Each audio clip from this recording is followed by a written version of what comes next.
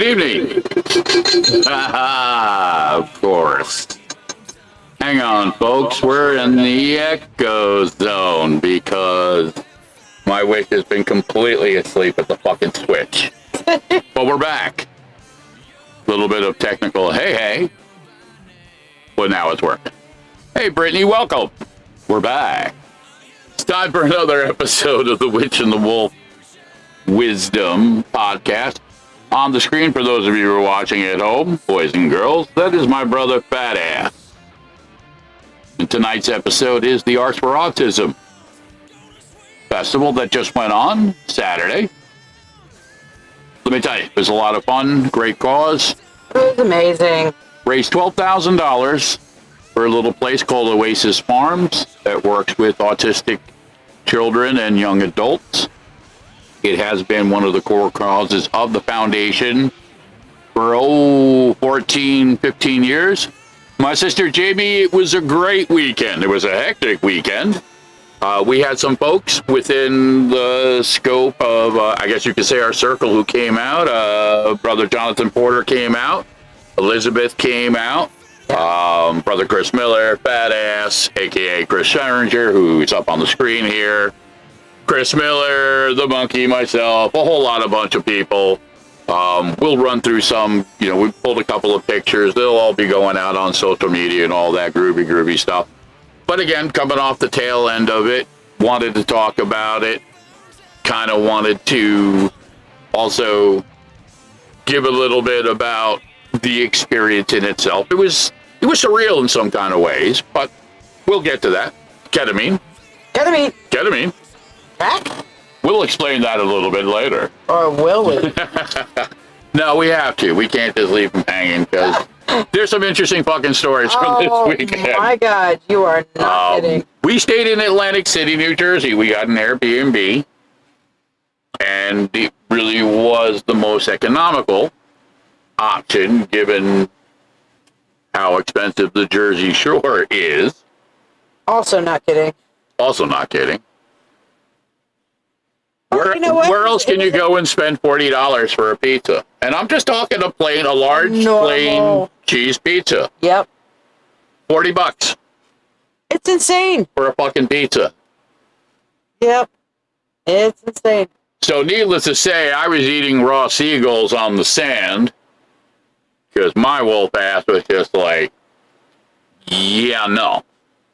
But we did bite the bullet and we found a couple of really interesting little places just blocks off the boardwalk. It was absolutely fucking insane. The difference between being on the boardwalk by the casinos and then going 2 blocks in, literally fucking 2 blocks in, off the boardwalk into a whole nother context reality. Yep. And we'll talk more about that. As always, the views, expressions, opinions, etc., are mine. Sometimes they're Shiya's. I say what I say. I'm beholden to no sponsors. I have people that I love and that support us, and in turn, we try and support them. So I always like to start the shows. And some people say, well, that's kind of fucking... You know what? I'm sorry if it's redundant. Every time I come out here, I'm going to talk about the people in my neighborhood. Okay? And as always, I would be remiss. Now, I'm pretty sure, again, in this particular context, and I feel comfortable in this dynamic this time, that our sister Ashley Hart's on vacation, so she's not going to be showing up here on the back end of me just starting talking about her. She graciously did a commission job for us and created a autism-themed dream catcher that was incredibly beautiful. It was a huge hit at the silent auction. A lot of people wanted that.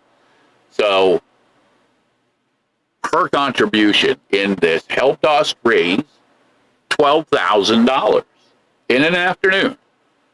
Which again, considering the weather was absolutely fucking beautiful, but, this time of year, there's still a lot of stuff going on. We had to compete with all kinds of stuff that was going on at the time. And listen, I don't begrudge anybody anything. You go out, you do what you can, you support what you support. That's what it's about. You can't be everywhere at the same time. I am grateful for the people that came out. We had a blast. A lot of effort put in by a lot of people. You know, just got to shout out the Under My Skin for Life Foundation, my brothers and sisters in there who every year make this possible. But back to my sister, Ashley. Heart's Creations, Dream Catchers with Intention. Listen, she's a witch. She's got magic. Her shit is real. Go check it out. Fucking awesome. Facebook.com/hearts, HARTS, creations. Mention the witch for 25% off. Yeah, that's right. Get a discount. Yep. You know what I mean? Play that witch card. Play it. Say, I only want what's coming to me. Yeah. I only want to get what I deserve. That's right. Now we also have Mystical Moons, our sister Suzanne. Ah, yes. Why don't you tell us a little bit about... Well, you want crystals? She got crystals. But not only that, but you know what the cool thing is? She's starting to make her little fairy houses and stuff. She's an extremely talented artist. Extremely. And hey... Hold up. Quick alert. Wait.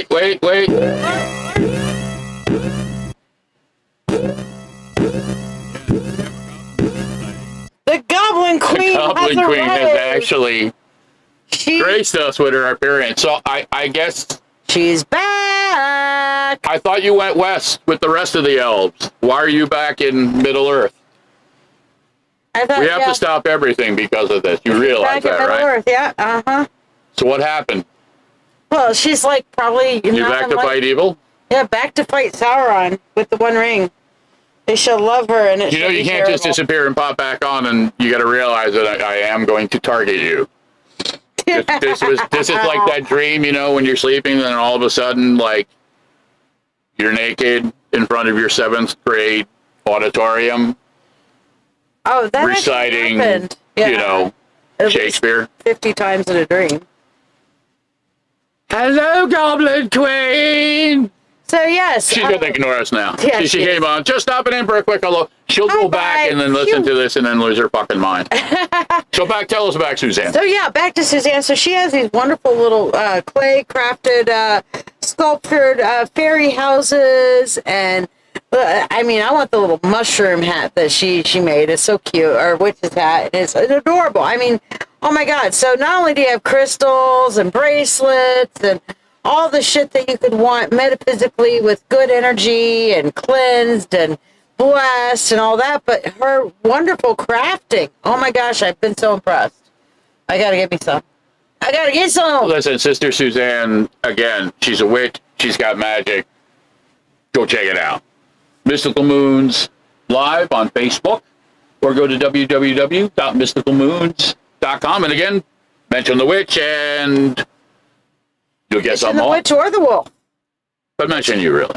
How are you? Well, all right, so listen, I'm going to have to call this out because she's throwing the gauntlet down. A, we live in fucking Middle Earth where all the fighting is going on, so don't even try and pull that shit. You went with the elves. Now, I understand you don't want people knowing about, you know, this other side of the rainbow that you've finally been able to finagle, leaving the rest of us to our lives of despair. And no, you don't get the fucking ring because I'll know what you do with the fucking ring. I'm actually, you know what? I'm really glad you're excited. Say hi to those kids for us. Miss you guys. So yes, we still have. I would be remiss if I didn't go here. Moonbeams. Love my sisters Bobby and Sherry. Yes. And let me tell you, they're tearing up down there in Texas. Fuck yeah. They are fucking active. Let me tell you again. Real witches, real magic. Why do you again testify? Well, I mean, over half the bracelets I wear now are from Mystical Moons. And you know what? That shit lasts. And it's funny because at the autism event the other day, I literally got a bracelet. It was a nice bracelet. You were giving some of them out to some people, too. I saw a lot of bracelets changing hands at that event. There were some changing hands, but I literally saw somebody who was selling bracelets for like 4 times the price that what I can get out of Moonbeams. No joke, people. No joke. And not even the same quality, but I mean, it was good quality, but I mean, the Moonbeams, the price for what you get, and you tell them, hey, I want a custom bracelet, and they will whip it right up. Abso-fucking-lutely. You know, Moonbeams, yes, there's Snizzles is saying, oh my God, Moonbeams is literally the best. Love their bracelets. I love their bracelets, their jewelry. I have several of their necklaces. Real witches, real magic. Yeah, and they send stickers with every order. Yeah. Go check them out. Moonbeam, Facebook and Instagram. And again, mention the witches. You know, kind of, again, the common theme here. All you got to do is invoke the witch's name. And yes, we're sorry we missed. I know, Pixie. How the hell did you come into the event and then just fucking disappear? I fucking saw pictures of you later, and I'm like, was Pixie there? Pixie was there, but somehow did not see us. She also got caught into the mosh. Yes, it was a large event, and I don't know how we missed you. I think you were probably inside, and we were outside dealing with the crazy rock and roll stuff. Yeah, would be my guess. And that's how it goes. I mean, it was and a good Shiya was roaming around everywhere with a camera. Yes, she was. You'll see some of those pictures. Yes, we will, absolutely. Yeah. But go check out Moonbeams.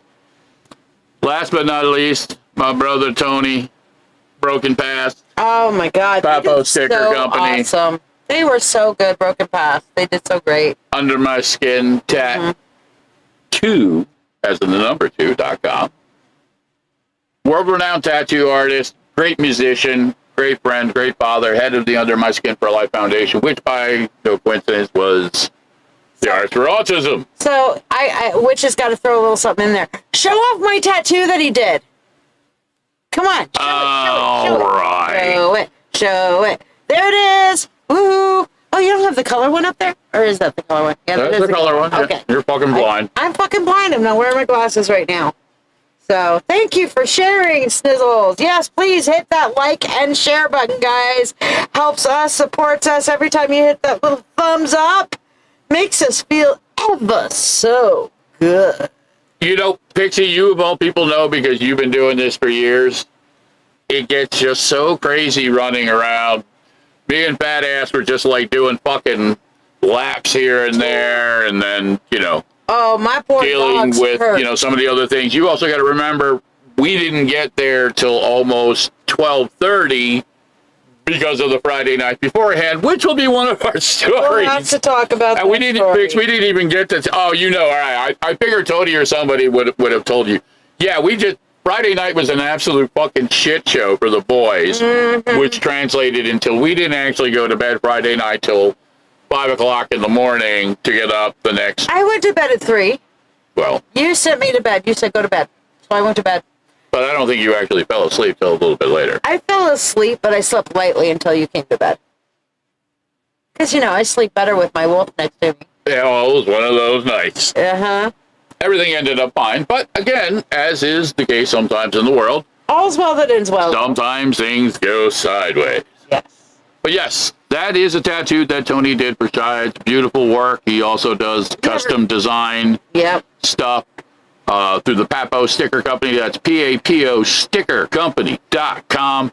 Pretty much anything you can imagine artistically, creatively, he can turn into anything you can fucking imagine. Yeah, he did our creatively or artistically. Stickers. Stickers, t-shirts, fucking custom hoodies, hats, scarves, wallets.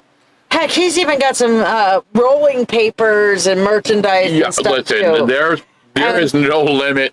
And his aftercare, his tattoo aftercare is the best ever.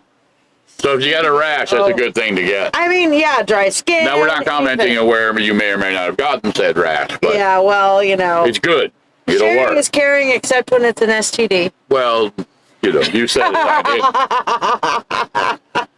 So, yes, it was a blast. Yes. And, again, we raised $12,000, which is no small You know, what's really cool amount is of that money. there was somebody who won the 50-50 raffle there. And who donated it back. Yeah. $1,000 donated right back to the cause. Back. And they could have walked away with $1,000 on that 50-50 raffle, and they said, nope, keep it. Nope. Give it to the Oasis Farms.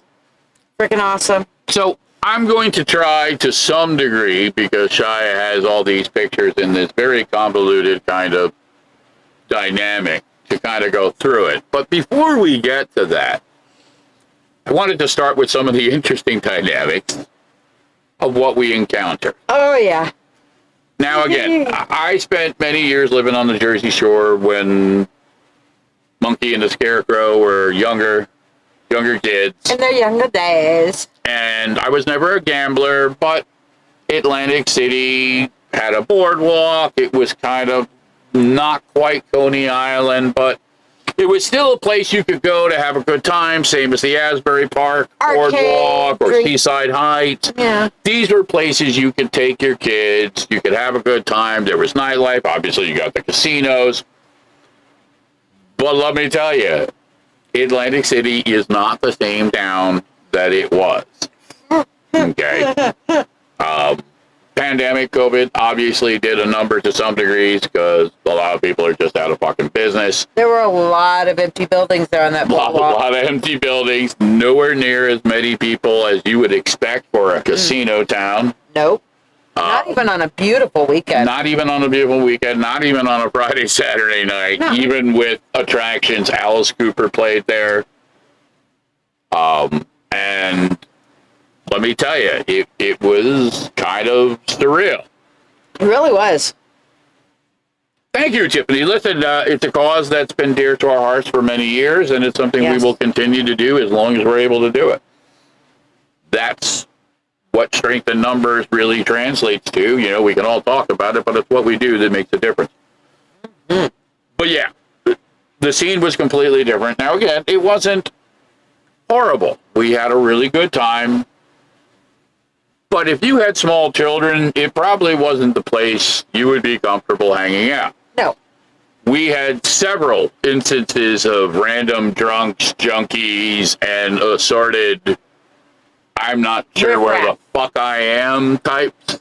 I'm just going to call it riffraff. Wandering all over the place. Mm-hmm. I think DeSantis is distracting us by sending migrants to Martha's Vineyard. I think he's dumping fucked up crazy people and junkies and shit in Jersey while nobody's looking.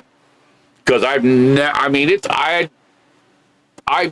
even New York City didn't, at least to my memory. Now, maybe I'm just going fucking senile. No, listen, I can deal with riffraff to certain degrees. I like that. But listen, when people are walking up to you and being like, yo, you want to do some ketamine? No, he started off with crack. Well, he started off with the crack. Yeah.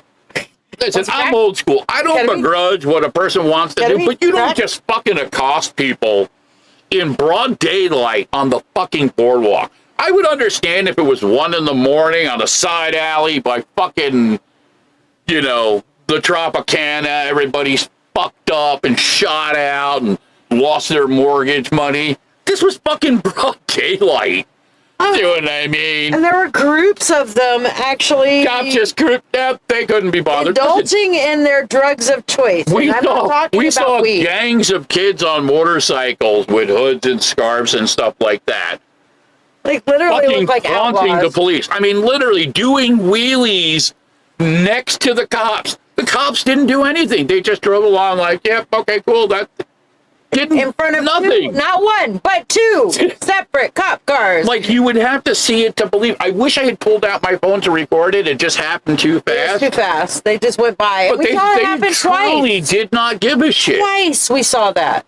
They're just going up and down the boulevard. But let me tell you, if you were smoking on the wrong side of the boardwalk, they were all over that shit. No, you need to be on the outside of the boardwalk if you want to smoke a cigarette. But if you want your crack or ketamine anywhere, but junkies and gangs, no problem. That's part of the new attraction. Listen, again, and it's not fair to the communities, to the people that work there and live there. We talk to a lot of locals who are just like, they don't give a fuck about us. No. It just runs wild. Yep. You know what I mean? The good news is that once the winter sets in, all that other dynamic just tends to just fucking disappear. And then once the weather gets warm again, they just, that's the ugly side of the casinos, is that the casinos are like these giant roach motels, just basically attracting every horrible dynamic that you can imagine under the guise of, hey, come here, you too can get rich. Don't worry about it. Luck will be on your side. Meanwhile, they're busing all the old people into the casinos. Holy shit. Just lining them up to fucking die. We were behind like a two of those big old touring buses full of like, they must have just gone to like 2 or 3 old folks' homes and picked up everybody. No, that's what they do. And listen, I don't begrudge it. I suppose once you get to a certain point, if you got nothing better to do, go into Atlantic City and just the lights and the atmosphere alone is better than sitting alone waiting to die. I get it. So I don't want to be that asshole and just be like, Tiffany says she loves winter. Come up here for a winter and tell me you still love winter. Yeah, no, listen, winter can be cool, but listen. Pun intended. We encounter some sad stories too. A couple as we say sarcastically, the riffraff were actually good people whose lives had just completely collapsed, and they found themselves somehow stuck in fucking Atlantic City, New Jersey. I talked to one guy who was late and stuff like that. A guy about my age, lost his wife and kids, gambled his shit away, and he was still cognitive. He had a mind, he had a heart, didn't want to be there, didn't want to impose on people and stuff, and we had an honest, heartfelt conversation, bought the guy a meal and stuff like that, tried to get him to go down to Catholic Charities and, get him off the fucking street for a night.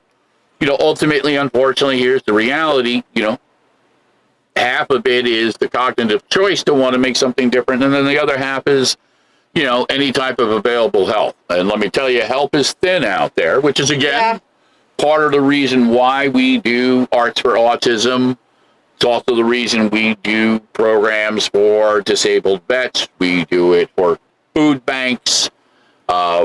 We try to the best that we can to put something back into the local communities, at least, for people in time of need. So, with that being said, one of the things that Shiya is notorious for is she just likes to have conversations.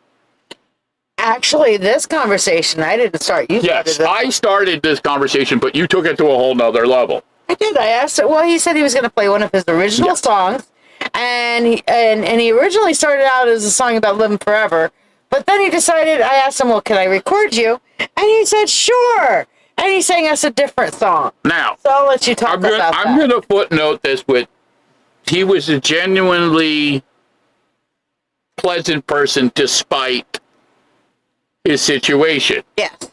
He was obviously hammered 3 sheets to the wind. He hadn't showered since probably 1979. But he had a good heart. And, whatever this is, whatever brought him to the point that had him just basically sitting on the boardwalk with a beer in his shoe, just playing a beat-up guitar and just trying to panhandle to get from one day to the next, he was incredibly interactive. I mean, he was very sweet. Yes, he was. Listen, you can't help but feel bad. So I don't want to throw this into the dynamic. I am not trying to make fun. No, there are two dynamics to this. One, you have to see it to believe it. It's just one of those moments in life that we really wanted to share. It's a double-edged sword because obviously his context, but he's really okay with it. In talking to him, he knows what it is. He doesn't really buy into the whole, you have to do this. He's, what Woody Guthrie would have referred to back in the day as a traveling man, Back in another day, they called them gypsies. You can stamp whatever label you want to stamp on it, but it was his way, and, he generally, was okay with it. He was actually thrilled that we told him it was going to go on our podcast. Yeah, he was all about, he's like, record me. Yes. So we're going to take a break, and we're going to share what Shiya has now labeled Boardwalk Guitar Man. Okay?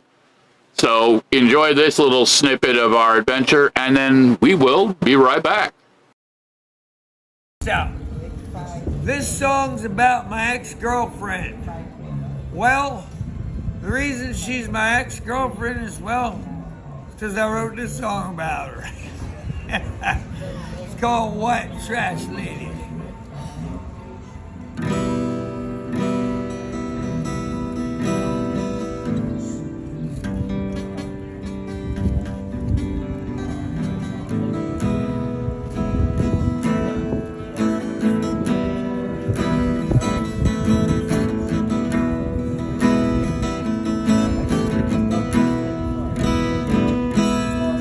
She's a beauty queen, can't do no wrong. Spandex shorts and flip-flops on. She's mine, a white trash lady.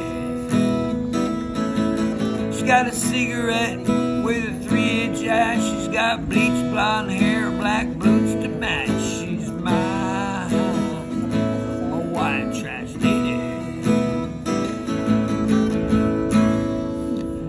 Jelly shoes on with her brown strap showing. So yellow when she smiles like her face started glowing.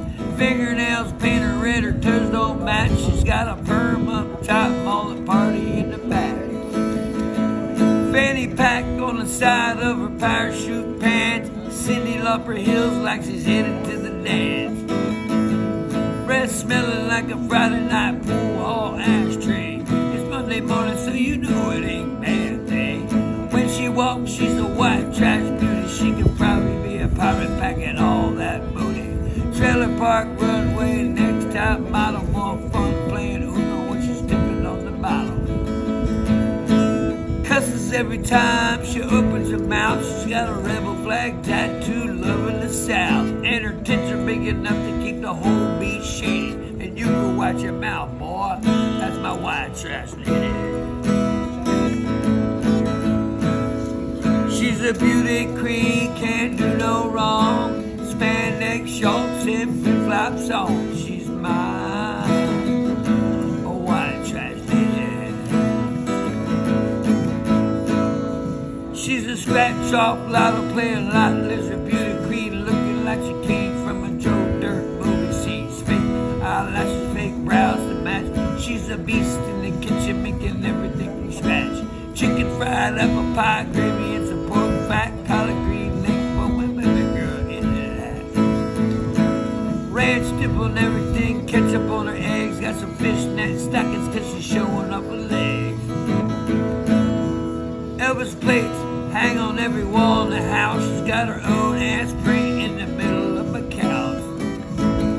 She's as happy as a coon sitting in a corn pile. She ain't ashamed of nothing in her white trash style. It don't bother me, dude. She's got me going crazy. She's the apple of my eye. She's my white trash lady. She's a beauty queen, can't do no wrong. Spandex shorts and flip-flops on. She's mine, a white trash lady. She's got a cigarette with a 3-inch ash. She's got bleached blonde hair, black boots to match. She's mine, a white trash lady.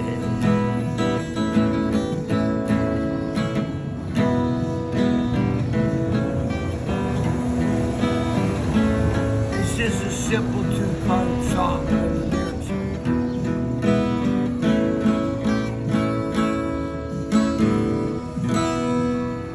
That's another one I wrote.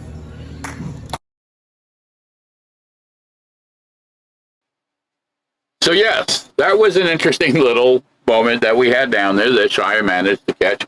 And Brenda, yeah, he really was. He was a nice guy. If he wasn't completely shit-faced, he would be a lot better. You know, when we first came up on him, he was actually playing the harmonica, doing a little bit of old Neil Young type of stuff. Yeah, yeah. Listen, and you know, he definitely had character. You know what I mean? And you know, we try to the degrees that we can. And Brenda made a great point. You know, there are food pantries in Atlantic City. There's help out there, but a lot of people don't want to. They don't want to go through it. They're comfortable within the dynamic. Sometimes it's fear. Sometimes it's apathy. You know, there's always variants of reasons and stuff.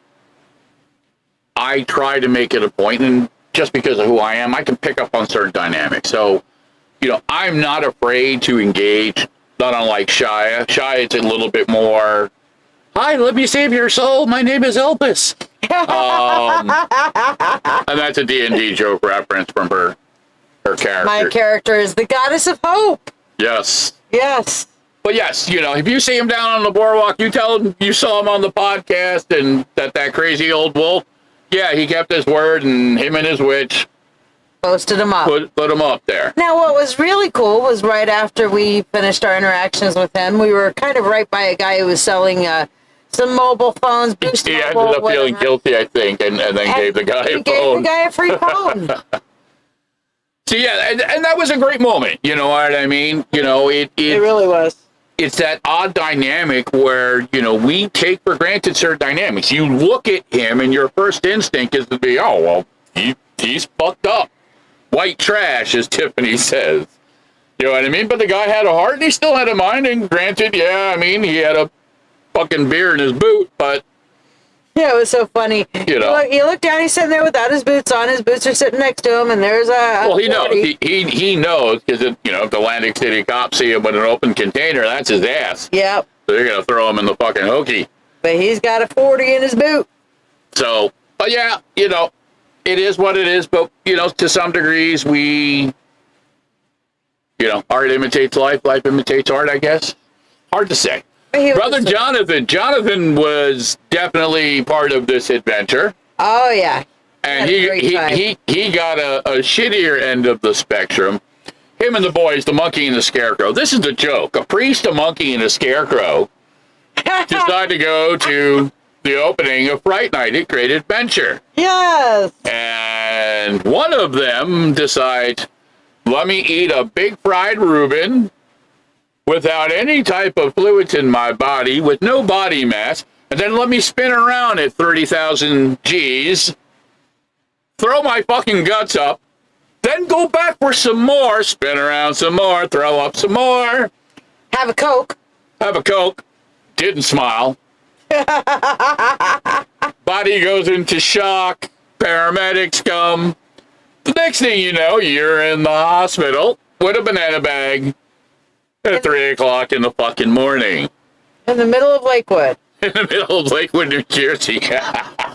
Where everything's a detour. The most convoluted. Here I am, 1 o'clock in the morning. Drive around in trying circles. to drive to the fucking hospital, and every other street is fucking closed. And so we take a detour. Follow the sign for the detour. What does the sign for the detour do? Brings you right back to the initial road with the detour. It was like the puzzle box from Hellraiser. I suspected Cinnabites. That never ends. It was insane. Terrible. Oh, it was. Now, again, in the moment, there was a lot of anxiety and panic because we didn't know what the fuck was wrong with the scarecrow. Right. It turned out he was dehydrated, bad combination of things. Oh, and then body going into This is the folly of youth. They're out running around doing what they're doing. So, yeah, a priest, a monkey, and a scarecrow go to Fright Fest, and, of course, one of them has to end up in the fucking hospital. Actually, if we're going to get technical, a priest, a monkey, a scarecrow, and a technician. Or an engineer. There you go. He's the engineer. Who's the engineer? Presley.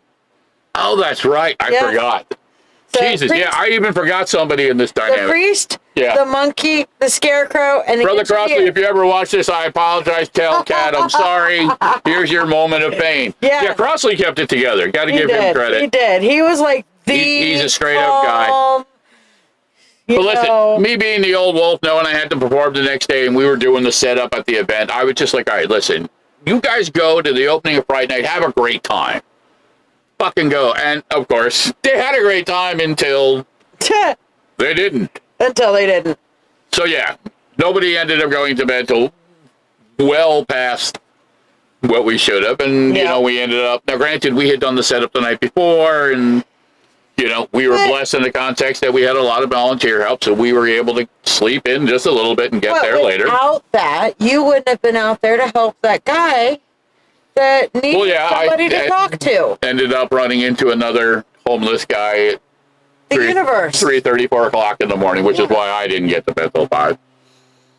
Yeah, listen, Atlantic City, let me tell you, I'm sorry, and it's not the people per se that live there. There were some really beautiful dynamics within culture and the local community. We met some really nice people. But let me tell you, as far as the city goes, they have fucked up, okay?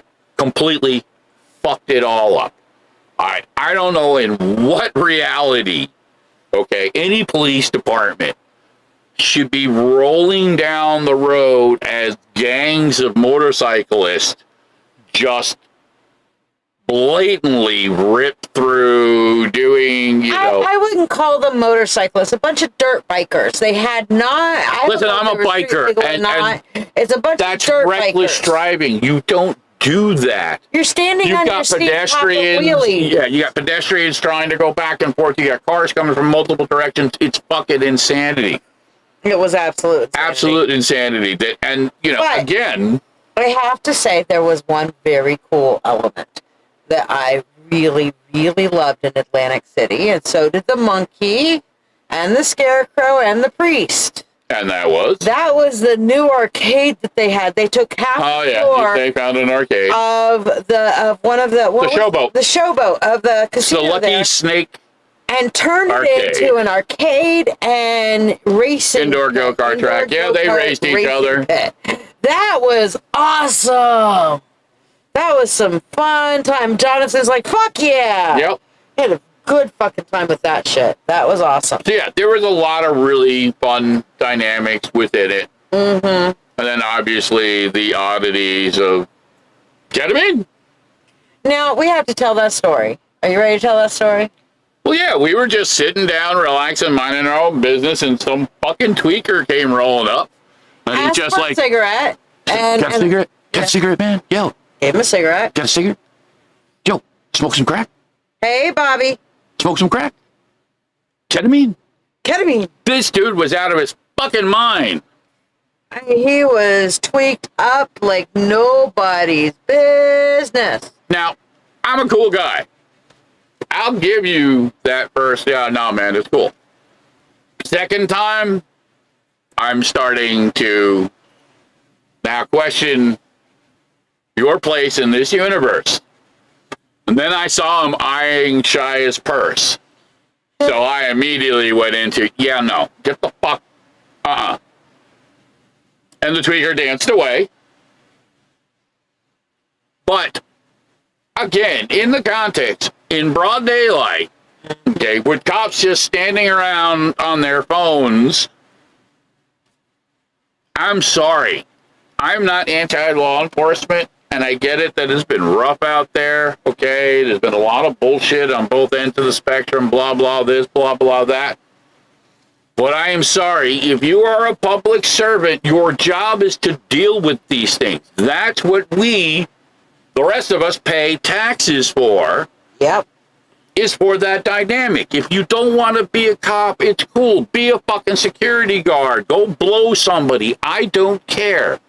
But don't stand up on there watching these dynamics go down, waiting for one of them to just, you know what I mean? And then some fucking poor kid or some poor old lady now ends up a fucking statistic.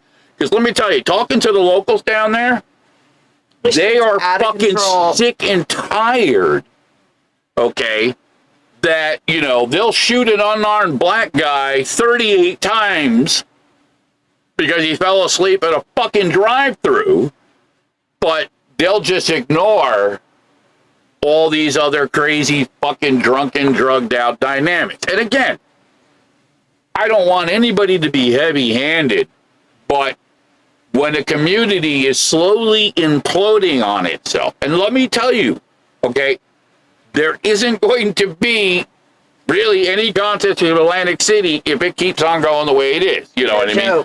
They have posted incredibly horrible losses the past couple of years between the pandemic and stuff. And it's a simple context. If you do not put back into the community, okay, you're not going to have a city to attract people to. I don't care how fucking beautiful your casino is. If your casino is swarmed with the living fucking dead, Nobody wants to come there. Yeah, you want to Okay? feel good. Now, Sunday night was a bit nicer. Yeah, look, like Sunday afternoon was decent, but, you know, again, as soon as the sun started to set, really, it was like something out of a John Carpenter movie. It was just like they just started crawling out of the fucking sewers. It really did. And then it became a game of guess the hooker on the way back. Yeah, well, listen, context. You know, we met a young kid on the boardwalk that was hustling. He was dragging around a cooler and he was selling ice cold bottles of water for $1 a piece. Yeah, that was. He's making a killing. So I'm like, yeah, I'm going to support this kid. I don't care if he's using the money to. I don't care what he's doing with it. He's doing us a service because every one of those shops was selling water for $6 a fucking bottle. And the kid was doing $1 a pop. Yeah. So I was just like, here's one for me and here's one for you when you get thirsty. Yeah. He was a cool kid. I met some brothers up on the thing. They were local rap artists and stuff like that. They were going around pitching their CDs, trying to make a couple bucks. We bought both of them. Stood around for a few minutes, had a conversation, and they said the same thing. Fucking city's just fucking going to shit. The straight up people that live there, that work in there and stuff, they're not the fucking problem. No, they okay, truly they're are. not. No matter what any fucking news report says or bullshit political dingling this, they're not the problem. It's the other dynamic in the aspect between the disregard for all the broken elements that come out of the casinos and the bars and the stuff. Same problem Seaside Heights has, same problem every other type of pseudo-resort city. Yeah, Brother John's like, time to vote them fuckers in office out. Listen, here's the problem. I don't know that, you vote one out. It doesn't matter if they're a Democrat or Republican. It seems like they're all trying to fuck us. Take them all. Like, I'm not sure that there's a difference even anymore. Part of my mind just can't get around, how do you allow these dynamics to happen? Again, in broad daylight. I understand that you can't be here and there everywhere at the same time. But when they're flaunting in your face, and I'm sure they'll make a case, well, we don't want to create a traffic scenario. They're just going to race away from us. But we talk to other people and in other towns, up in North Jersey, down in South Jersey, Philadelphia, New York City, it's a common dynamic. Yep. You see it out in San Francisco. They're just robbing stores. Well, we don't want to prosecute them because it's just too much of a waste of time to go after them for shoplifting. So they're carjacking, they're robbing, you know what I mean? They're snatching people's shit off the porches and stuff. They're roaming around in gangs. And let me tell you, again, it's not a black dynamic. It's not a white dynamic. It's not a Latin dynamic. It is a class dynamic. So you're seeing it across the board. And because I think, at least what the common consensus is, because there's been so much anti-police rhetoric, they're fucking sick and tired, so they don't want to fucking do shit. They're like, well, nobody fucking likes us anyway. They treat us like assholes, so fuck them, let them kill each, and it's just, this is fucking insanity. Yep. I feel like we are kind of like at the beginning of a Mad Max kind of world thing. Oh, man. Yeah, you saw crazy. A naked person when we were driving around. You're like, there's a naked person over there. Yeah. You saw that. Just right in just broad tired daylight. of That just was middle of the afternoon. fucking free-balling it, like, Yep.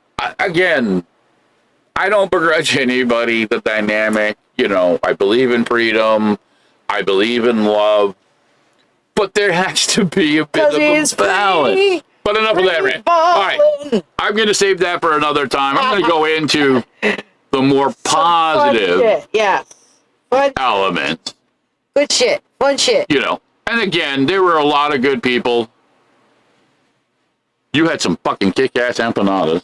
Oh my God, that Mr. Taco Holy across the street shit. from where we were. They had Some of the best Spanish empanadas. Mexican food I have ever had. It's good shit. All right. Good shit. So we started off the night with my brother Fat Ass. Yeah. There he is with the Arts for Autism shirt that Tony designed. Boy, did he bust some ass. Brother man, and He really he's a kicked. king. He did. He did. Gotta love him. And here's the analogy. 10% of the people do 90% of the work. Remember that. That's how it works. Yeah, and he's one of the 10%. He's definitely 10%. So we're going to start going through some of these. Oh, there's the monkey. It's like, oh, you have caught me. Yes, he found himself a cool hat. Yes. Yes, that's my monkey. So for anybody who wanted to know what the monkey looks like, there he is. Now that is my brother Greg Gar Schumann, who sings with Pocket Full of Wolves. That's Danny Watts, who played guitar with us. And that's Wick, for those of you who may have been following along with this. He sung with us. Mm-hmm. So, yes, indeed. Let's keep it going. I've got so many of these damn things. The 501st showed up. Yes, we had stormtroopers. Now, again, this was the comparison. See, a lot of people are like, oh, you know, it's a stormtrooper, you know what I mean? And she's there to remind you that actually sometimes stormtroopers are porn stars. Chew on that one, boys and girls. Oh, my gosh. Just saying. There I am. Yes, I am real. I am the best dad in the galaxy. That's what I'm wearing. Those are my colors. If you look really closely, okay, you can see... Old wolf. Yes, there's an old wolf patch there. Yes, that is I. And I'm gone. That's enough of me. We had live wrestling. Let me tell you something. That motherfucker got caught right in the chin. Bang! Boom. You can say some of this shit is fake, but you see that? These guys, they put in. He took a boot to the face for a good cause. You got to give him credit where fucking credit is due. Oh, my God. And that's my brother Danny Watts again with a buddy of ours, Wayne Stoll. Wayne Stoll works for the Dean Guitar Company, and amongst guitar players, he is the setup technical god.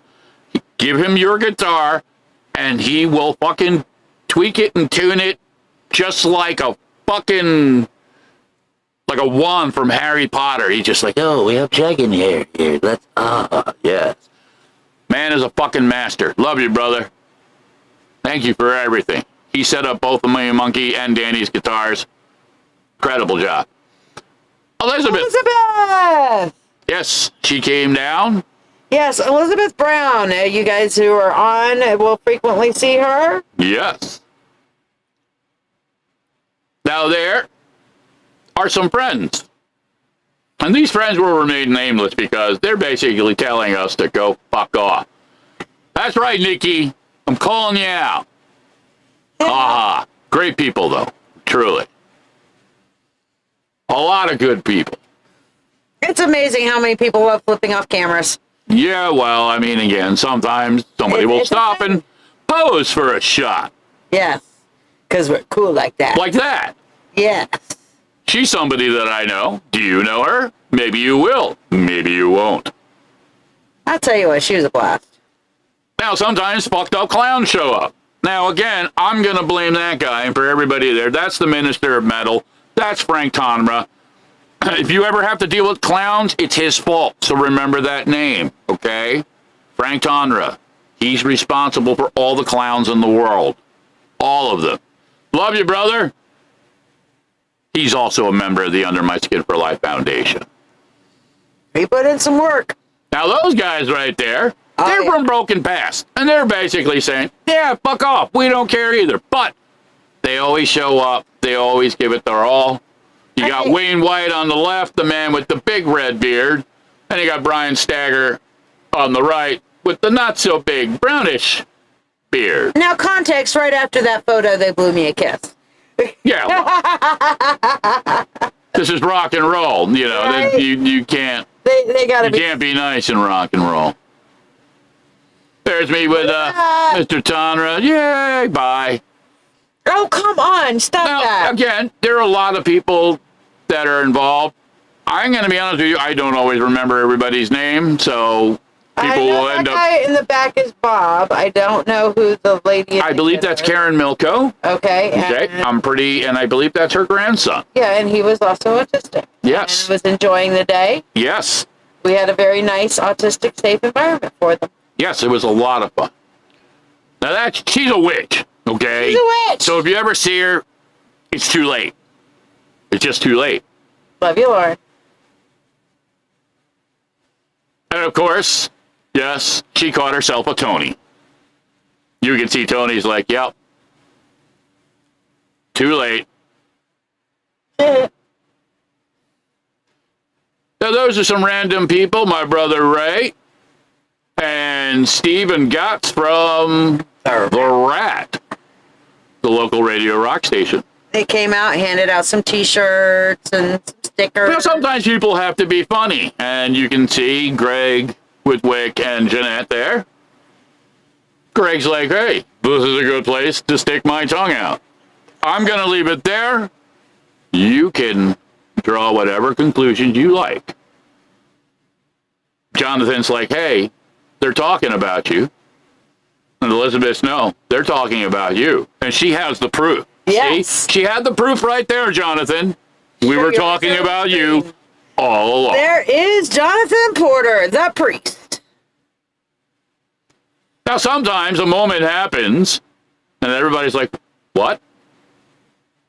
Why is a witch looking at us with the camera? Yes. That's what that was. Now, again, that's me, Chris Miller, and Suzanne Kuhn, who wrote Her Desperate Mind. She wrote the lyrics. She is for the Her Desperate lyricist. Mind. Again, another fucking witch. Yeah. Fucking witches all over the place, man. And we were joking, and Shia's like, well, you got a witch, and it's like everybody, all your friends and shit like that, they all went out and got witches. But Is this you a were thing? first. Is it a trend? I don't know. You were first. Yeah, but, I mean, You paved the road. I are don't want trendsetter. to. I don't want to get into like the witch comparison thing. You You know, are the trendsetter. You found a witch. Everybody else is like, oh, started this a is new looking good. fad. Yeah. Everybody should get a witch. now. Listen, I'm all for it. See, He's all for it. I'm all for it. And then, of course, Jonathan and I just having a moment between brothers. Not a lot of time to actually take pictures when you're running around and doing shit. So, he's got the Arts for Autism hat. He's got the Pocket Full of Wolves t-shirt. We're hanging out. And then, of course, Chris Miller fucking photobombs us. Woo-woo. A lot of tongue action, man. A lot of tongue action. Now, of course, we were completely unfucking aware of it, but Shiya, of course, captured the moment for me to be traumatized. Forever. Yes. I can stop time. What's your superpower? Now, this is the monkey and the scarecrow and Some of the chairs. some of the family. These are family people, okay? The family. Love you guys. Danny Watts loves his guitar. He's an amazing guitarist. And you can see right now in this moment, just to share what's going on. This is my guitar. There are many guitars like it, but this one is mine. Full Metal Jacket on it. Tony's like, where the fuck did that come from? I don't know, brother, but it was good. It's like he's receiving some kind of message from the universe. Yeah. Well, again, I think God shit himself right there, and Tony's like, damn. This is what happened when a radio personality comes out drunk to a show. Just saying. He was a... Frank Acey, Broken Past. He was just in the zone. He just was like, fucking rock and roll, man. Fucking rock and roll. Do what I do. Brian is like, I think God shit himself. Now, again, you got to remember, these are not completely timed, but, in the space of how things were happening, yeah, I think Brother Man caught a whiff of that. That's just my assumption.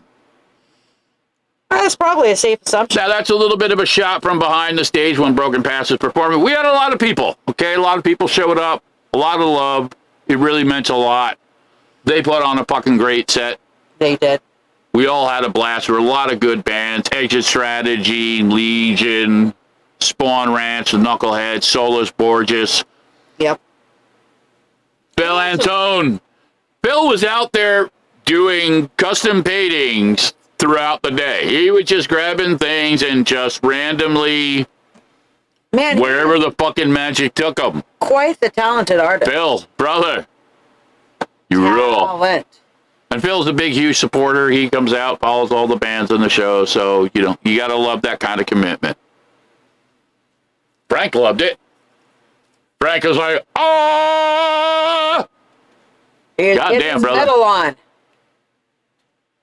Now, as I said, when the clowns show up, it's usually a bad thing. I blame Tanra. But even Fat Ass is like, he's going to protect my monkey. Thank you, brother. Them clowns. Goddamn. Oh, that's Pocket Full of Wolves. Oh, my goodness. Yes. Don't you click Performing on lots. Tell us, everybody that's in the picture there.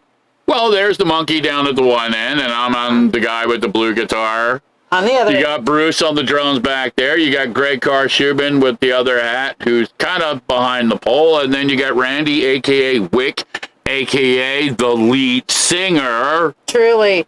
Man, he did so He's just the lead singer. Can I share a little dynamic that Wick's mother shared with me, Randy? Please, absolutely. When we were watching this, I looked at her. I'm like, you must be so proud. She looked over. We've had a lot of conversations. Jeanette and I have become friends. And she said, you know, she looked at me and I said, you must be really proud at this moment. And she looked at me and she goes, you have no idea. The doctors told me he would never even be able to talk or communicate. Fuck them doctors. And there he is, up there, lead singer for in a rock and roll band. In a rock. Let me tell you, he's a great. It up. He's a great kid. He's got an incredible heart. It was a blast. Okay, this is the dynamic. This is the reason we do this. A lot of the people involved have been classified to some degrees, one way or another, as quote unquote autistic. I'm not throwing it out there to debate the spectrum of autism. I'm just saying they're people. They're humans. They're our brothers, our sisters, our children, our mothers and fathers, sometimes even. Okay? It's just a context of how we choose to interact, how we choose to relate. Yeah, they process things differently. Yes. And we need to be aware so that we can be cognizant Absolutely. of neurodivergence. So what we're going to do is we're going to take a couple-minute break.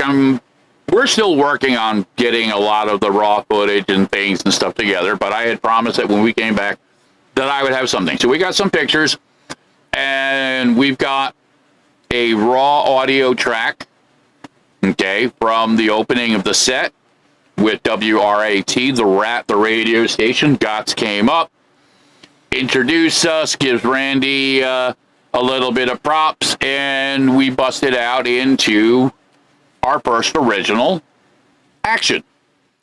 So for your amusement, your enjoyment, and for your spiritual edification, For your listening pleasure.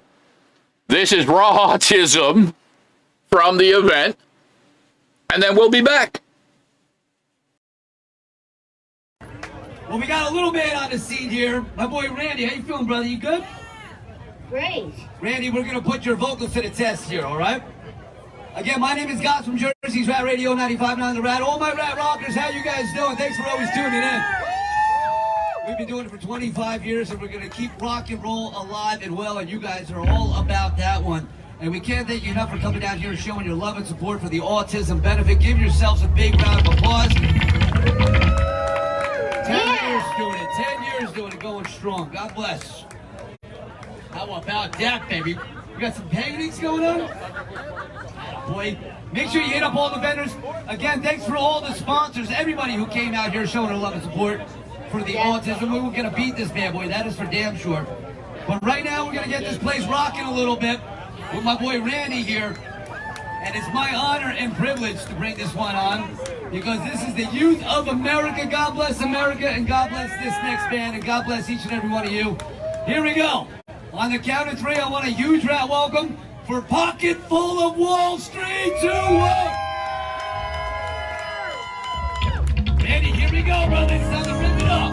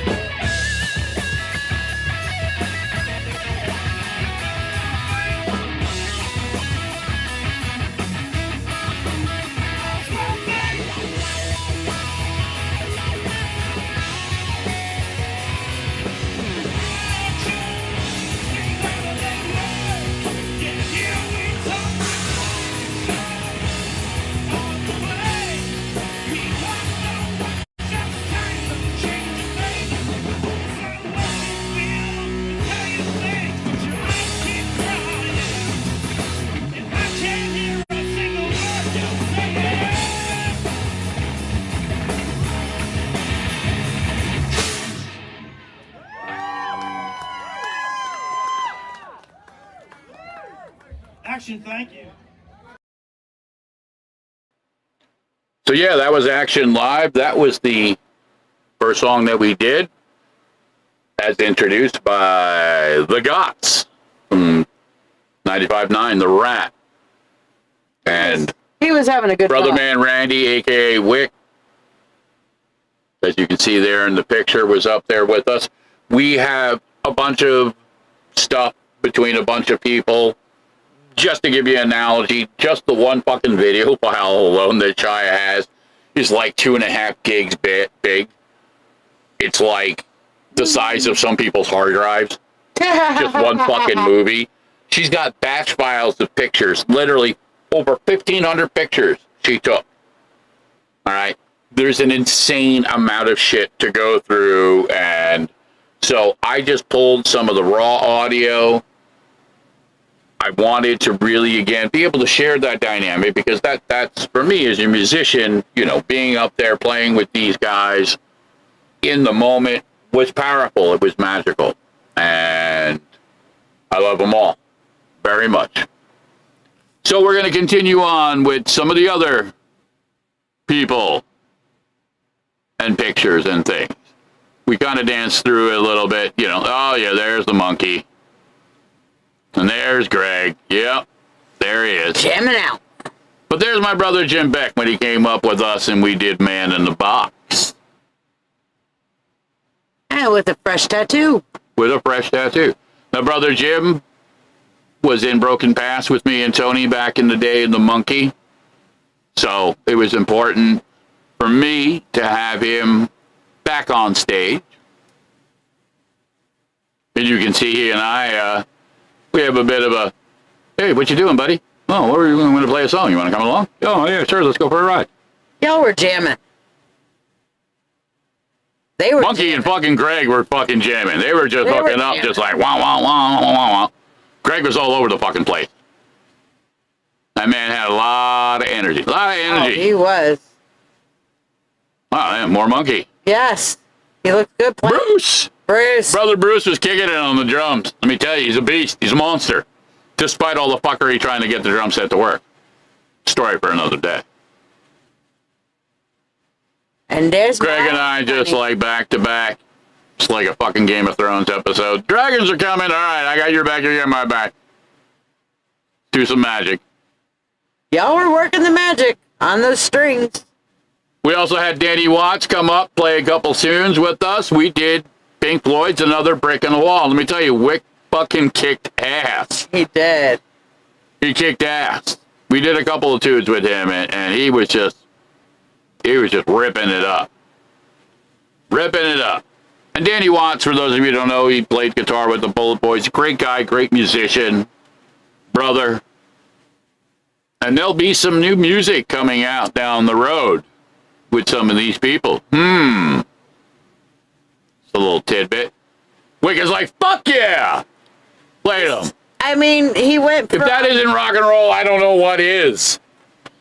He went from, you know, okay, I'm up here singing to full energy. I mean, this kid banged He's like, I am the front man now. Yep.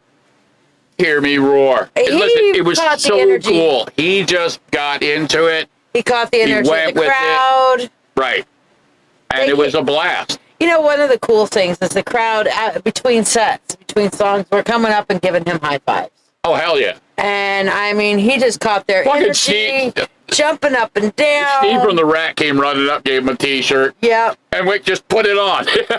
He's like, fuck it. Bang. Boom. That's right, Rat. You got some free advertising from Randy. You owe him some money. Right. Danny Watts and Greg. Rocking it out. Yeah. Yes, indeed. And I think there's one more in here. Do you love me? Could you learn to love me? Greg's like, is that a guitar in your hand, or are you just happy to see me? The intimacy between men and music. It is a beautiful Make of it thing. what you will. I am not suggesting anything. I'm just saying. Love you, brothers. Couldn't resist that. So I think it comes back all the way down to here to brother fat ass. I need you to put them on. Okay. I need you to put that up. This is one of my favorite photos. Fine, My fine. two favorite men in my life, right here. Fine, right talk. Get it out of your fucking system. Absolutely love this photo. Father and son together, playing, rocking it out, supporting the cause. I mean, this is about to be one of my lock screens right here. Old in my man, phone. take a look at my life. I'm a lot like you. I mean, this is just beautiful right here. This is, and you guys got to understand. It's part of what keeps me going. I'm not going to lie. The bond between these two is so strong, it's not even funny. I mean, the best father-son dynamic I've ever seen in my life. Now, again, right here, just to give you guys a little bit of the inside spin for the handful of you that are actually involved in this. And that's one of the things I love it. You know what I mean? It's just like, hey, it's just a small little, it's like a small little casual, intimate club environment. I can fucking spin whatever I want to spin, blah, blah, blah. But here's the dynamic. Okay, subtleties that you can pick up in the dynamic. We're both bearded motherfuckers. Yeah. Okay. There's a lot of glass action going on. But here's an interesting dynamic, and if you pick up on it. Star Wars. Okay? He's got the baby Grogu going. I've got the little Darth Vader best dad in the galaxy thing going. Art imitates life. Life imitates art. Yeah, you guys definitely have a Star Wars thing. Yes. Very much Yes. so. When I first entered the Wolf Pack, they were doing a Star Wars D&D. And I was very honored to be invited to play. So I got in there and I played with them, and then I betrayed them all. And then we pushed her out the airlock. Then True they story. True story. We pushed her out of the airlock of a Star Destroyer. Yes. He killed his girlfriend. She tried to go fucking Sith on us, tried to play that, I'm going to go evil, and I had prearranged it with the monkey. And we just were like, oh, really? I had prearranged it with the monkey, though. You underestimate the power of the Force. I was going to fuck y'all up pretty hard. But y'all... How wooed! I tried, but y'all just airlocked me. It's just like, whoosh. We did. We just punched her out the fucking airlock. Dang it. We were like, fuck this evil bitch. Yeah. Yeah, but you unleashed some fucked up shit. I did. It was, for a supposed goddess of the light, you seem to embrace. I was not a goddess of the light. He's really fucking. No, you started off as a. No. I was a semi-reformed inquisitor in that campaign. I was an inquisitor. I was a conditioned inquisitor. And then my whole thing was eventually like, yeah, all the Force must die because all of this shit's corrupted. And that's where I went with it, because I had been traumatized by the Force. Listen, I think you're superimposing some deep-seated witchy dynamic. Maybe. I wanted to be a bad guy. Because I'm noticing a pattern within your role play. I wanted to be a bad guy in that one. Daddy. Yeah, no, this one. Daddy, I don't want to be on Namek anymore. Daddy. Ketamine? Everybody's going to be... Here's the secret, folks. Ketamine. You want to make a relationship work? The family that plays together stays together. Fuck yeah. Okay? You have to be involved. You have to find those common dynamics, whatever they are. Well, within reason. Yeah. All right? Don't go full fucking devil's rejects. Okay? Bonnie and Clyde? Full disclaimer. No Thelma and Louise bullshit. Thelma Louise. She tried to pull that shit on me. She like trying to pass some asshole on the fucking highway, and she's like, I could just kill us both here. And I'm like, Thelma, please, Thelma. Come on, Louise. This is the world. People wonder why I come out here and just like, you sound like an absolute fucking lunatic. That's because I am! Crazy! We have fun, though. We have dark humor. If anybody heard half of our conversations, they'd be like, what the fuck? Listen. I say this a lot, and I mean it, and I will say it redundantly. I like being redundant. Humor, comedy, is one of our best defenses against not only the darkness, but the fucking insanity. Again, say what you want about any element of this, that, or the other thing. ultimately, the only thing we can really control is how we process it, how we react to it. Okay? Doesn't mean it's your fault. Doesn't mean like, hey, it's karma. Sometimes it's karma, but it doesn't necessarily mean it. So you have to be, to some degrees, practical. You have to be logical. You have to be Vulcan and say, what would Spock do? Okay? Kobayashi Maru. The no-win scenario. So you throw fucking dark humor. Okay?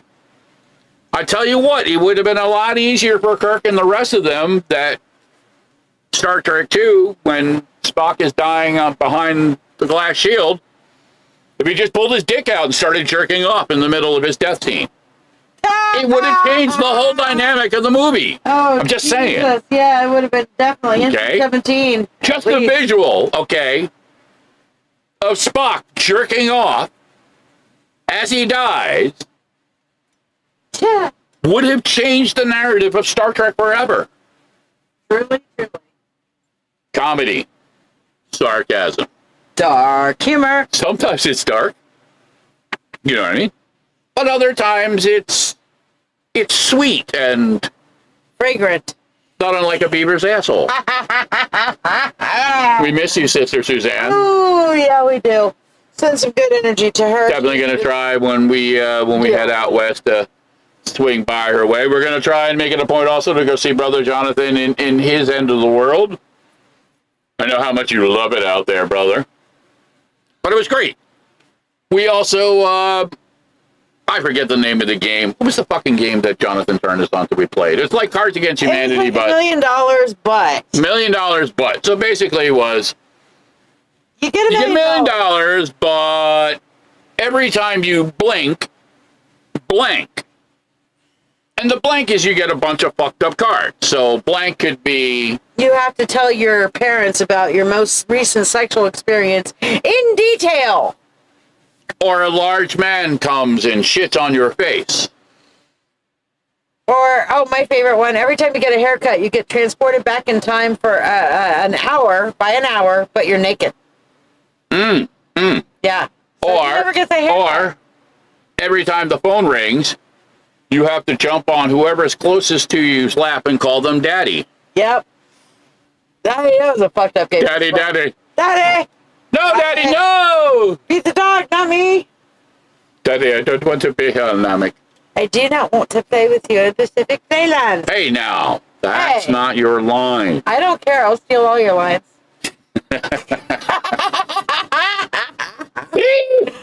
Baggins! My precious. Yeah, we're crazy. So, yeah, it was a fucking great weekend. Had a good time. It had some weirdness. It had some junkies. It had... We have some great stories, though. It was the most eclectic fucking buffet of... Weird shit. We had a great time in the studio Thursday before the show. Kind of setting the stage for what's going to come next. A lot of music rattling around. Shiya's got the bug. She's like, let's produce a Reiki album. I'm like, cool. Yeah. I can go that way. Shiya wants to put that magic out there. I do. She wants to convert people. Come, worship at her altar. Tell us more about that, goddess. About what? Oh, you're on the spot now. Now all of a sudden you got nothing to fucking say. I got a lot to say. You got a lot it's to just say. like, context. What Context. Well, I want to get some magic out there. I want to get some magic, huh? I want to get some magic out there. I want to get that, higher vibrational Is it grape kind flavored? of shit. It's not grape flavored. It's not raspberry grape. flavored. It's raspberry. Ooh. Raspberry. Now, full disclaimer: no beavers were hurt in the production and making of this podcast. Please continue. Well, maybe they were. No.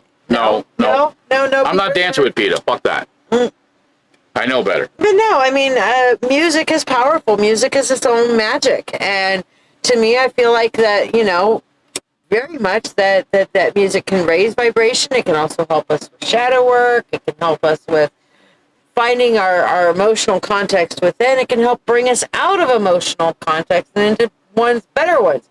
Framing things out. There's a lot of magic in music. Like, I love your track Demons for example. Like, that's the darker side of how to work through your shadow work. Or things like astral projections, where you can just literally transcend out of this world and get healing from that beautiful celestial energy. I'd love to see more of both. Which we'll be segueing into demons in a couple of minutes in our final musical break, because it was requested. And oddly enough, and I didn't know this, and it was actually, kind of funny, I'm starting to encounter people that have now encountered some of the music either through the podcast or through YouTube and stuff. And I was just like, well, the track is out there on YouTube. I do it on the podcast just for, my own ego, but also too because, it keeps putting it out there into the algorithm. It's just how technology works. So the more I play this stuff on the podcast, the more it gets embedded into YouTube's and the other stuff. And they were just like, no, I actually like watching your stuff on the podcast. I was like, okay, cool. All right. So for the nameless person who did not want to be named, see, I did not name you. I insinuated, and if you're listening, you know who you are. Ha ha. Hee hee. Ho ho. But anyway, we're going to take one final break. We're going to play demons. Okay. Love that. And the real quick thing, besides the dynamic, obviously, of the track, the musical track itself that I wrote, the accompanying video was really, again, the concept was the monkey. In his translation of the song, he helped do some of the bass work and stuff on the track with me.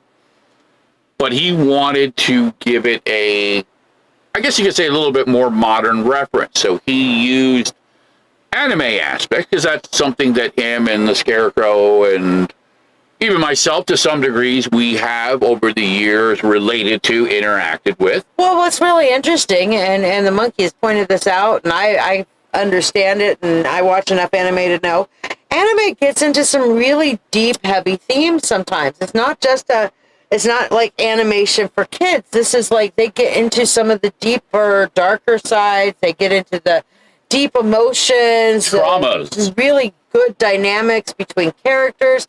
It's not just, this is not your Saturday morning cartoon thing. This is something that really gets deep into the human psyche. And it's not just like Sailor Moon fan service with, teenage Japanese girls with big titties and no panties. Well, that's the bit, again. I know, that's the stereotype. That is a lot of times, you say anime, you say hentai, you know what I mean? And people are like, oh, tentacle porn. No, it's not. Yeah, some of it is that, you know what I mean? But it's no different. Ralph Bashki did Fritz the Cat, which for all intents and purposes is a pornographic cartoon. Yeah. Okay. But he also did Cool World, and he's done a lot of other animation stuff. So, is that any different than, a guy like, Todd McFarlane, who's done comic books like Spawn and Spider-Man and Carnage and some really dark, violent, visceral stuff? And then there's the Care Bears. Right. But if you've ever seen alternate reality like Rick and Morty Care Bears, they'll fucking rape you in the forest, man. You don't want to. You see those fuckers, you better run. I'm just telling you. Run away. It's not going to play out the way that you think. Okay. No. It is not.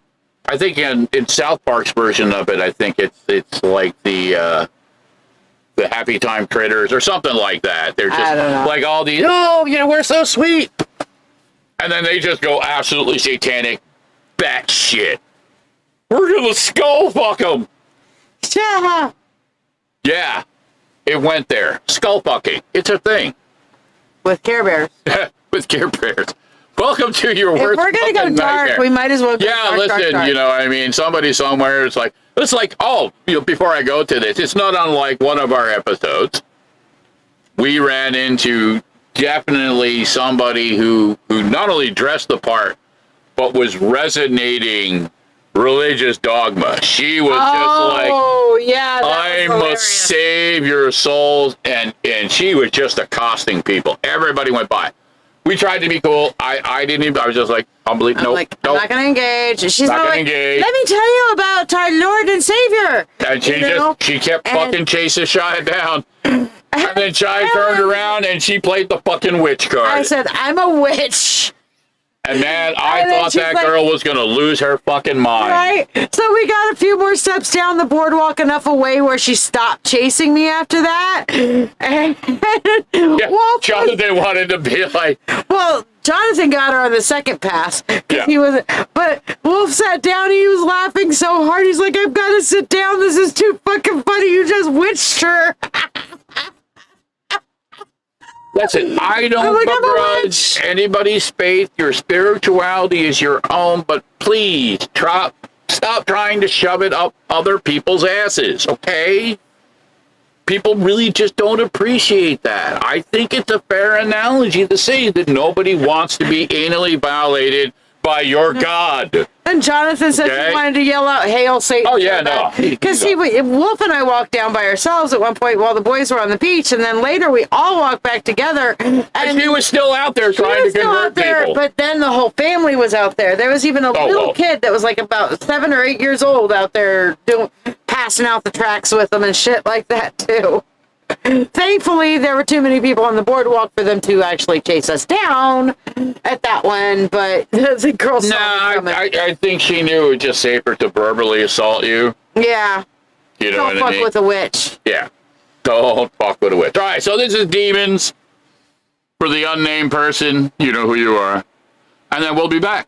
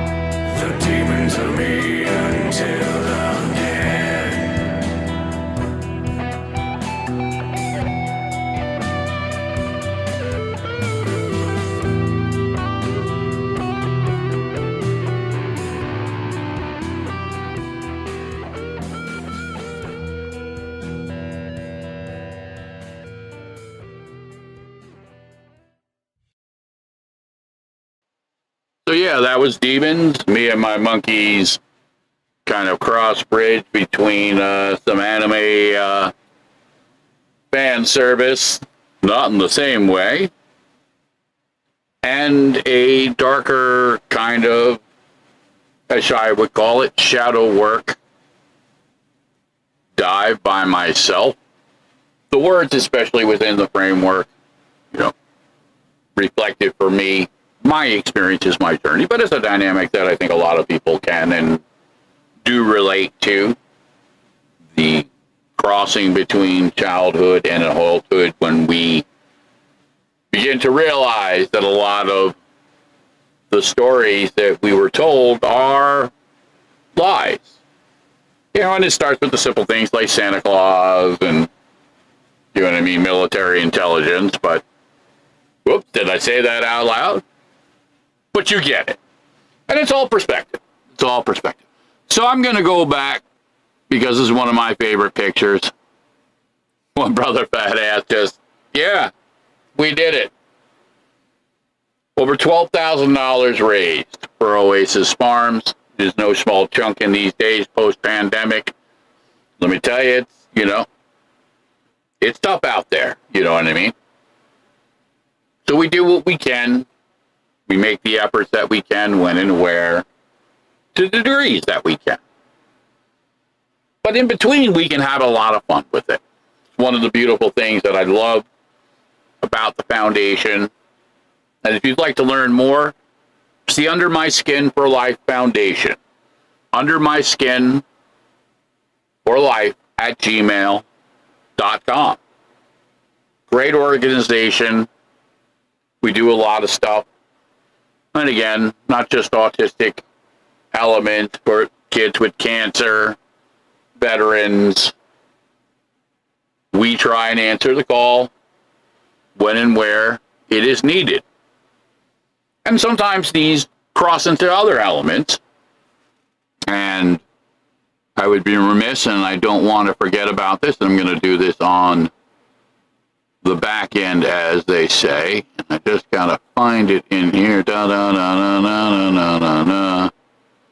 Yes, thank you, Jennifer. It was, you know, a group effort. It was a group effort. A lot of work went into it. A lot of people helped out in a lot of different ways. So, and again,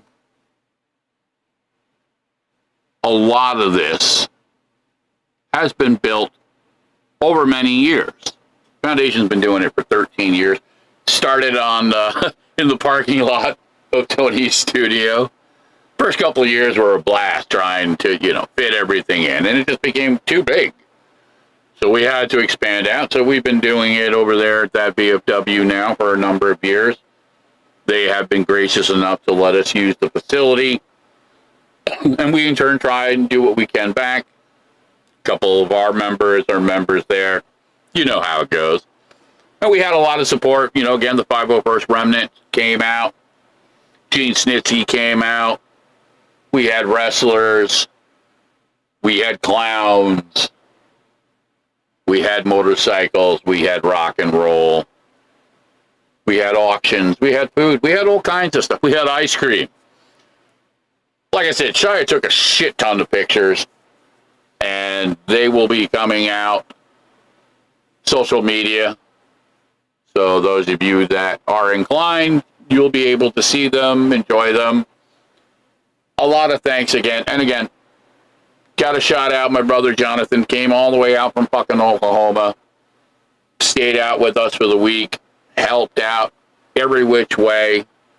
You know, when you talk about action, when you talk about people actually, and that's not to put anybody else down, say anybody's less than, we all do what we can again. And sometimes we can make the extra effort. And Brother Jonathan, thank you for making that extra effort and coming out. It was a blast spending time, having you be a part of. Jonathan is, again, somebody that I also work with musically, and definitely has some magic in writing, because music isn't just about the music, especially the dynamic of a rock and roll band. You gotta have a story. You know, you could just be like, ba, ba, ba, she's got a big butt. Yeah, that only goes so far. That, to me, it just, that's cheesy. So it's a common denominator. Tell a fucking story. You know what I mean? Get into people's lives. Connect. And that is also the power of storytelling. You know, music and storytelling go hand in hand. Music is a translation of said. That's a great question. I think he's south of Oklahoma City. That's the best guess analogy because my brain doesn't remember. I'm not going to lie. You know what I mean? He's somewhere out there. He's floating around. I don't know if he's, you know, sacrificing a goat, doing whatever he does. But, yes, Elspeth, we are so sorry. You know, and again, in your context, I understand. I am so glad that you were feeling better. But there's always next time. And I know Shiya made it a point that she's going to come down to Long Island and go, we're, you know, going to come out and see you.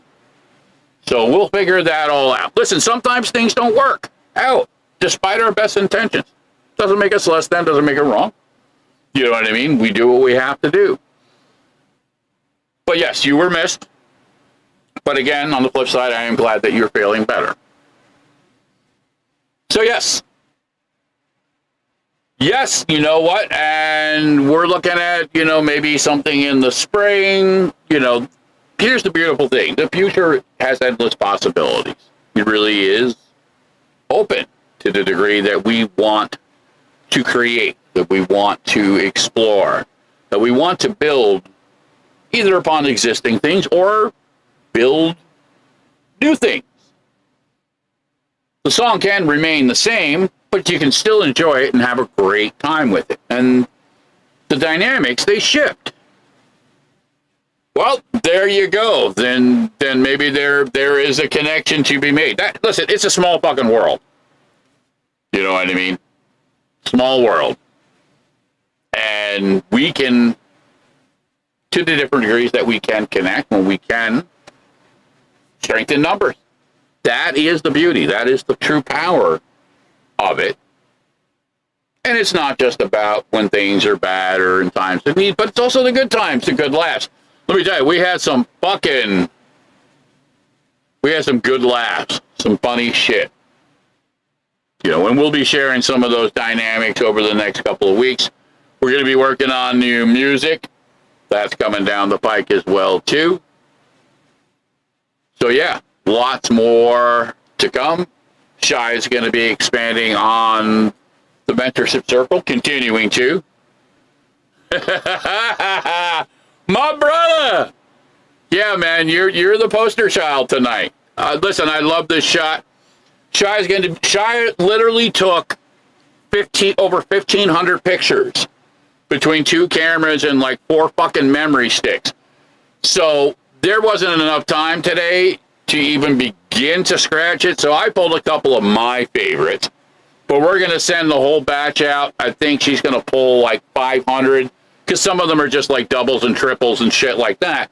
But she's got about a batch of 500 pictures between all the bands and, you know, this, that, and the other thing, yada, yada, yada. Hey, listen, since you're here, we're going to run through them real quick. You get that scoop. La, la, la, la, la. Yeah, you know that kid. Oh, wait, I got to find, there's a couple of them that were specifically, yeah, those guys, there's me, fuck me, we don't want to see me. Oh, yeah, look at that shit. She caught him literally taking it to the fucking chin, bro. Some of the wrestling shots she caught are like, oh, wow. So, yeah, she caught some really good stuff. Danny and Wayne. There's Elizabeth. There was a good clown one. I mean, you're the fucking clown guy, so we gotta find. I just like, where is it? Where is it? Oh, wait. You know her, right? She's fucking with you. It's witchery.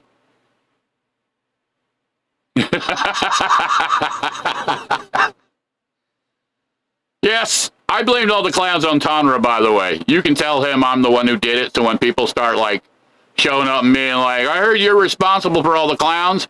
Yeah, I'm the guy who set that into motion. I will assume full responsibility. Where is that goddamn picture? of course,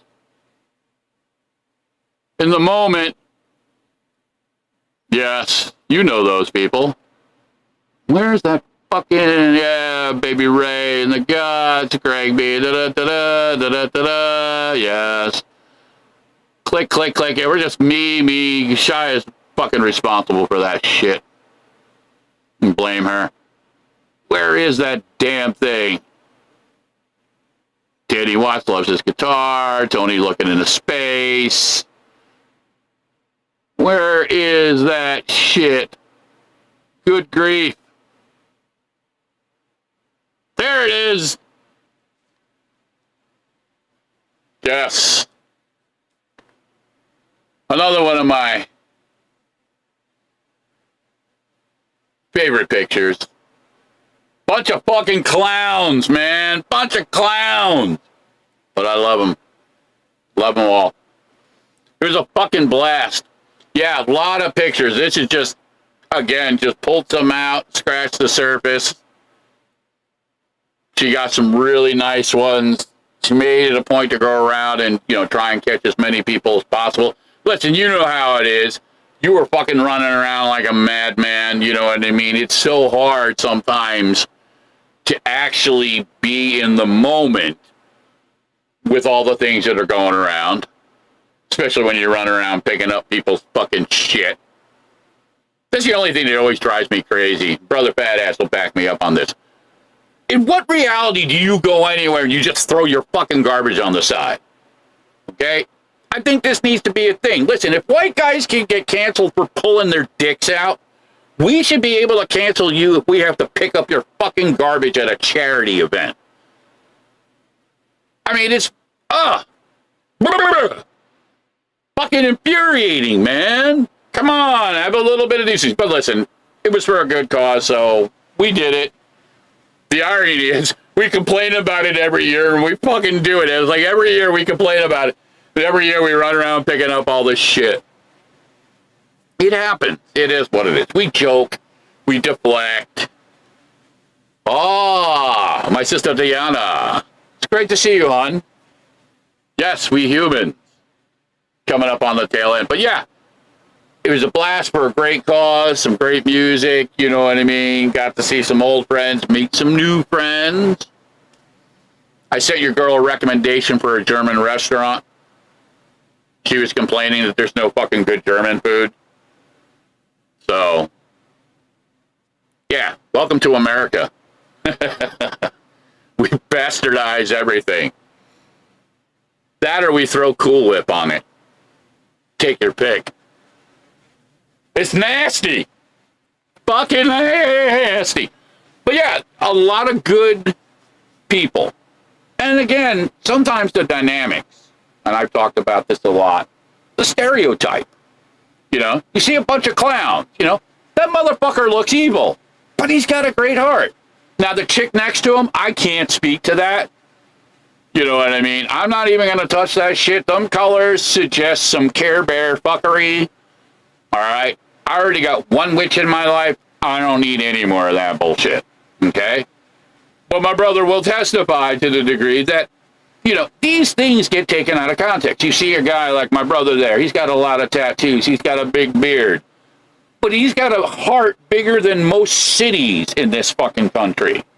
Okay? Who's done more for people than most combined. And again, that's not a judgment context. That's just a statement of fact of having known the man for many years. And as I like to say, he don't talk about it. He's a man of action. He actually goes out there and does shit. Even when his knees are crackling and like, oh God, let the pain in. Billy, pull the plug, goddammit. Trying to bring Jetplay to the dark side. Yeah, well, good luck with that. You know what I mean? I could give you some casual hints. It might involve, magic, fuckery, some beaver asshole, you know what I mean? Depending upon the combination and, cycle of the moon, you can manifest just about fucking anything. And that's the beauty of magic, you know what I mean? Again, get stereotyped. Bunch of ugly witches around a fucking cauldron. That's just fucking propaganda. Okay? Magic is a bunch of people coming together to raise money for those who need it, who society tends to just be like, yeah, fuck you, you're different.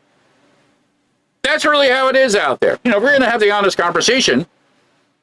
And it goes back to my principle of strength in numbers. If we don't fucking take care of each other, who the fuck is going to do it? Really? It's not about politics. It's not about religion. It's just about simple fact. It's the human fucking condition. So, magic, again, in a pure definition, I've talked about this before, and I'll continue to talk about it. 200 years ago, what was magic is fucking technology today. Okay? You would have been burnt at the fucking stake for whipping out a fucking cell phone 200 years ago. They would have hung you out to dry. Okay? Now, you pretty much can't go anywhere, at least within the United States, and not encounter a fucking cell phone. The dynamics of what we understand. Energy. Radiation. It's fucking invisible. But if you dance in it, it will fuck you up. It's real. It doesn't care if you think it's imaginary. You're still going to go in there and twist your fucking DNA and crawl out your ass like a fucking Tuesday burrito. Okay? It's not going to be pretty. Okay? And these dynamics have existed around us from the beginning. They started before us and they'll be here after us. They don't give a fuck about the rhetoric. But we can learn. We can adapt. We can grow. And as time does its dance, we learn more. We're able to put the pieces together. So now, it's not magic. Now it's science. Now it's technology. But the underlying dynamics, okay, love, compassion, fear, anger, they're still what they are. And how we deal with them, how we channel them, how we react to them, how we use them, again, becomes reflective and goes into this weave, as I say, that really is magic. There's dark shit, okay? I call it weaponized empathy. And it's just basically emotional or psychological manipulation. But back in the day, some people would have regarded to it as illusion magic. Okay? Let me tell you, with all the businesses that were fucking ganked down in Atlantic City, you know what was doing really good down there? Fucking psychic palm readers and tarot readers. There were more fucking psychic shops on the boardwalk than anything else. It was fucking surreal. Okay? Restaurants and this shop and that shop, closed, empty, empty, empty, but psychic reading, tarot reading, get your palms read. Hey, let me see your... They're going strong. Coincidence? Now, Shiya will tell you, and I'll let her talk about this in her own dynamic. She's like, this is a bunch of bullshit. They're just being predatory upon people. Well, not surprising considering they're within, a shadow distance of the fucking casinos, which their whole fucking gig is, hey, come on in here. Let us squeeze you for all you're worth under this false pretense of you might get lucky. But anybody that knows anything knows that the deck is stacked, the house always wins. Okay? It's just a question of time. It's not if, it's just when. I'm really glad to hear that, Jen. Listen, I mean, again, to the degrees that we can get over the bad dynamics. Shiya helped me with it. I've helped Shiya with hers. That is, again, part of the strength in numbers. Despite what we may have gone through in the past, it does not have to define our future. That is the beauty of it, that we can adapt, we can learn, we can change. I mean, simple logic suggests if we don't make mistakes, how the fuck do we learn? But when we repeat them, then we start to run into the problems. Again, context. Some situations apply this way, sometimes they apply that way. But in the end, what we do is what defines us. which is, again, part of the reason why I have always loved this group of people. They are my brothers and then my sisters. We don't always see eye to eye, and sometimes we get annoyed, and we're like, who the fuck gave all the ice cream away? Okay? That's going to be my rant. I didn't get any fucking ice cream. Okay? That's just me. My expectations were not met. In the scheme of things, does it really matter? No. I can vent about it. I can get a little pissed and be like, man, fucking around. But we raised $12,000. Okay? We made it a point to include the dynamics, and I'll just use in our personal context, Randy, you know what I mean? As his mother said, you know, she was told by the doctors not to expect him to ever fucking speak. That this is how they were going to write the kid off. And my brother Chris knows that our brother Tony has dealt with some of the same dynamics that, you know, society, the system, is all quick to write these kids off. Oh, they're different. Fuck them. Well, I say fuck you. Okay? They are just as important, if not more important. Okay? And just because we don't understand how they process or how they communicate doesn't mean we shouldn't try. And more importantly, it doesn't mean that they should just be dismissed. So it isn't just about the money. It's about bringing that awareness. Randy coming up there, okay, for a kid who supposedly was never going to be able to fucking even speak, he came up there and he fronted a fucking rock band, all right? And he kicked ass with it, okay? He kicked ass with it. Listen, I've seen grown men do worse than he did. My brother Fat Ass has seen grown men do worse than that kid did. He's a fucking trooper, man. Okay? This is the magic that we can come together. We can share these dynamics with each other. We can share the love. We can share the hope. We can share the comedy and the laughter and all the good shit that goes with it. And actually, you know, make a little bit of a difference. I don't know. It seems worth it to me. You know what I mean? It beats getting fucked by a gay raccoon, as my son would say. Go figure that one out. So I'm going to close out tonight with one of my tracks that we did not perform, but it is one of my favorites. It was written and produced with my brother Tony Rodriguez and my brother Matt Brown on vocals. It is, in simplest terms, a kind of reaching out. I'm just like you. You're just like me. The dynamics that we think isolate us actually bring us together. Strength in numbers is a real thing when we put it into context, when we put it into practical application. And together, there's nothing we can't fucking do. So I'm going to close it out with a little bit of Just Like Me. Enjoy. Shiya will be on tomorrow, Wednesday, 8 p.m. Eastern Standard Time for What the Fuck Wednesday. So anybody who wants to do that witchy tarot type of thing, she will be back tomorrow night. I will not. But I'll be back next Tuesday doing this crazy shit again and talking more about the autism, bunch more pictures. Like I said, it'll be coming out on social media, some video stuff. Lots of cool shit coming down the pike. Thank you again, as always, for taking the time hanging out with us. And remember, I'm just like you.